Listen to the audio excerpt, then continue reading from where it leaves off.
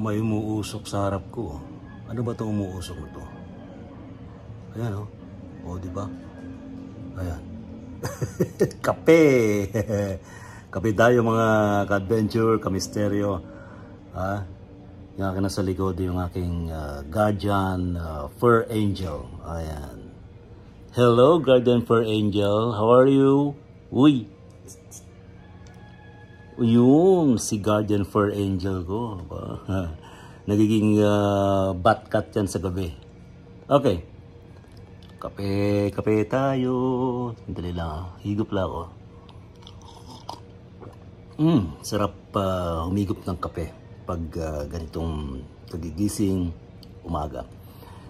Pero ngayong Sabado ng gabi, sa ating gabi na misteryo, pag-usapan natin ang tungkol sa divine messages through dreams and astral travel. Napaka-interesting po. Meron po tayong mga guests tonight, especially yung isa nating kababayan from Hayhay, Laguna, si Sir Marlon. Ipapahagi niya sa atin tonight yung kanyang totoong karanasan.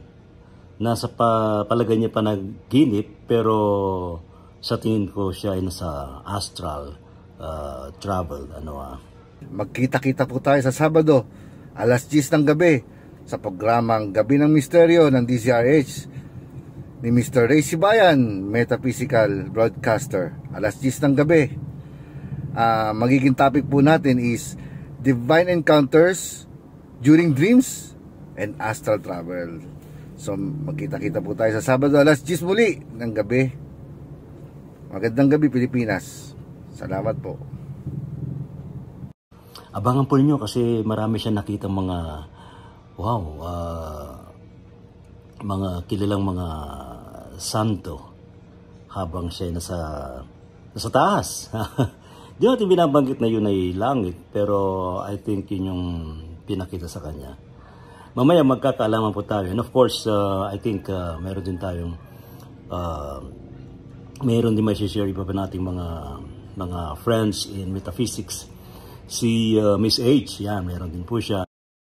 Magandang araw sa inyong lahat. Ako po muli si Miss H of Divine Love Energy Healing Products and Services at muli, inaaniyahan ko kayo sa DZRH sa Gabi na Misteryo. Kasama natin si Sir Ray T. Sibayan mula 10 to 11 p.m. sa ganap na Sabado. At pag-uusapan natin kung ano nga ba yung mga divine messages and encounters through dreams and astral travels.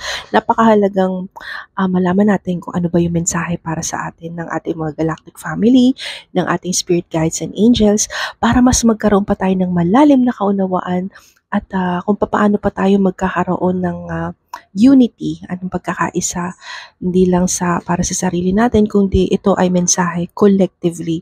Kaya muli, abangan nyo kami sa Gabi ng Misteryo sa DZRH at napakagandang balita ang gusto naming itawid sa inyo mula sa ating galactic family sa DZRH ulit. Kasama natin si Sir Ray T. Sibayan mula 10 to 11 p.m. Kita-kits!